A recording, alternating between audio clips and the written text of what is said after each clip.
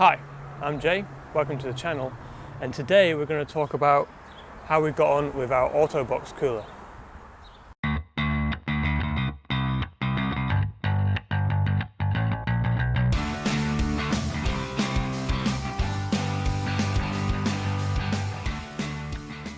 This is going to be a quick video because we've been quite busy with the house, getting getting the garage sorted and getting the study sorted and that kind of thing.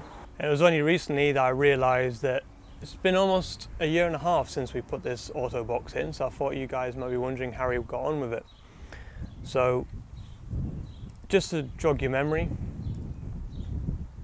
we were having temperature problems with our Autobox while in the north of Scotland and other areas as well, where we would quite regularly almost trigger the Autobox temperature light. So we decided to put in a auxiliary oil cooler. We went with a quite decent make from a motorsport company, C-Trab. I'll put the link up here in the corner if you're interested in the parts. It was a relatively simple installation. The only difficult thing was making a custom bracket for the radiator seal. Again, if you're interested about the details of that, I'll put it in the top there, and I'll also put it in the description below. Problem is, we didn't really know exactly what the original Autobox cooler, which is built into the rad of the main radiator of the Hilux, was actually cooling the oil to. So we didn't have a lot to go on to begin with, but after installation we put in a temperature gauge in line of the oil, so we can constantly monitor the temperature of the oil at all times. Driving around Jersey in quite a sunny day like today, even with quite hilly sections in Jersey, there's a lot of valleys and peaks.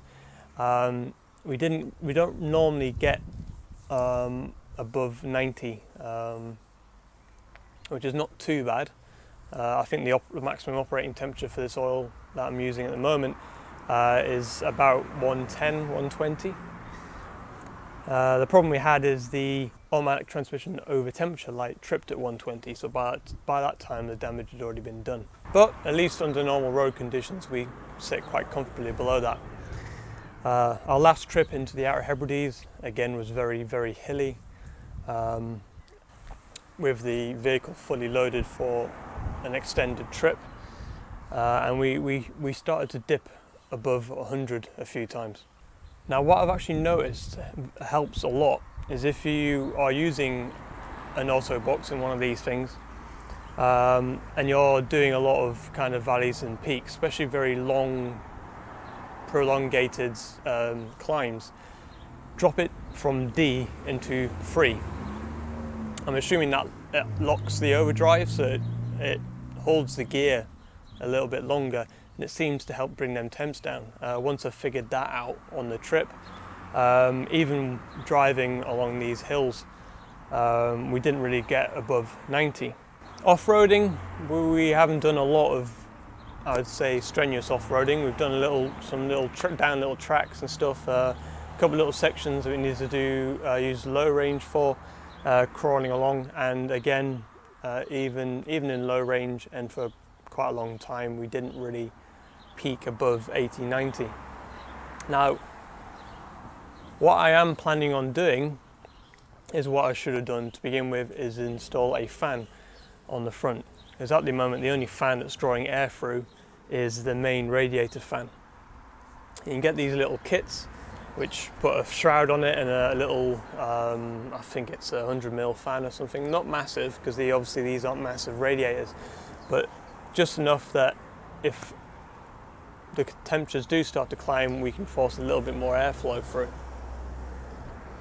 So that's one project to do, and we'll jump in the cab quickly and I'll show you this gauge, because it has a very interesting feature which I'm going to utilize.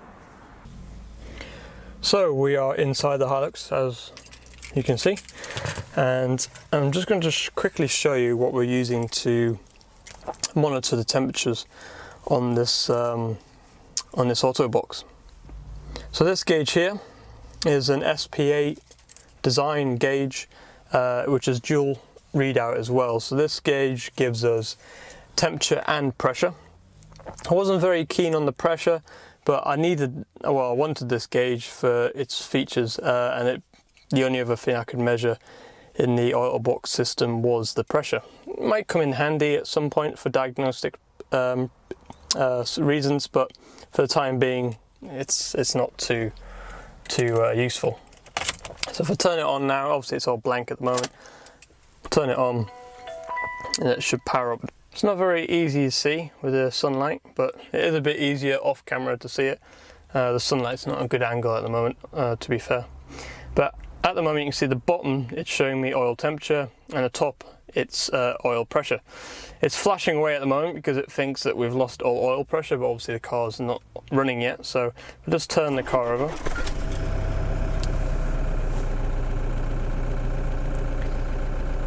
So there we go.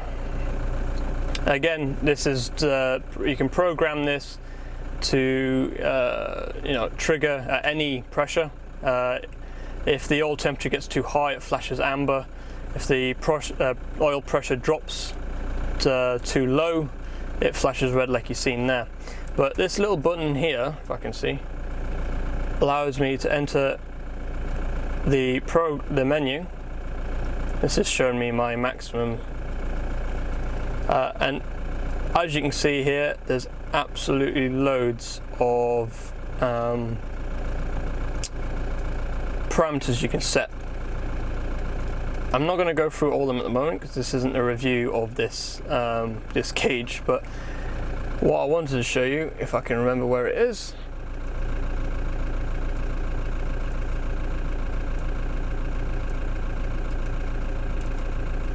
No, I can't remember where it is, but anyway, what this gauge has got, it's got two outputs, so it can send two signals to a relay or a warning light or audible warning systems or whatever it may be. It can send a 12-volt signal out once certain parameters are being met. So what I'm planning on doing is using this to trigger the relay for the fan. So I can set it to 1890 degrees. It'll send a 12-volt feed out once the oil temperature has reached 80 degrees, and turn the fan on. So this will be controlling my fan. That was one of the reasons I wanted it, and you can adjust that at any point. You can knock it up 5 degrees to 85, or you can knock it all the way down to 60 degrees, or go all the way up to 100.